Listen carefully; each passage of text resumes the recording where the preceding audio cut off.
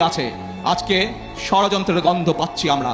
খেয়াল করে দেখবেন, যারা এই সংস্কার করে যারা জনগণকে বিভ্রান্ত করতে যাচ্ছে, জুলাই সনদের সম্পর্কে বিভ্রান্ত করতে চাচ্ছে, তারা কিন্তু নারীর স্বাধীনতা অথবা নারীর উন্নয়ন নিয়ে কোনো কথা বলে না। তারা ওষুধের বাংলাদেশের মানুষের চিকিৎসার জন্য যে চিকিৎসা কমিশন করা হয়েছিল, বাংলাদেশের মানুষ যাতে ওষুধ সহজে পেতে পারে, চিকিৎসা সহজে পেতে পারবে, সেইটির ব্যাপারে তারা কোনো কথা বলে না। কিভাবে প্রশাসনকে ঠিক করতে হবে সেইটির কথা তারা বলে না। কিভাবে আইন শৃঙ্খলা ঠিক করতে হবে সেইটির কথা তারা বলে না। তারা শুধু সংবিধান এই বিষয়ে কথা বলে। এই গুপ্ত বিভ্রান্তকারীরা আবারও এখন এই বিভ্রান্তের কাজ শুরু করেছে। তারা দুদিন আগের ঘটনা, এই গতকালকের ঘটনা, ময়মনসিংহের ওদিকে একটি জেলায় একটি ব্যক্তিগত তুচ্ছ ঘটনা ঘটেছে।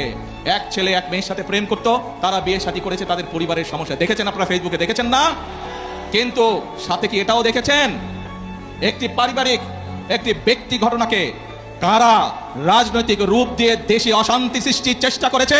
দেখেছেন আপনারা সবাই? প্রিয় ভাই বোনেরা, এদের সম্পর্কে সতর্ক থাকতে হবে।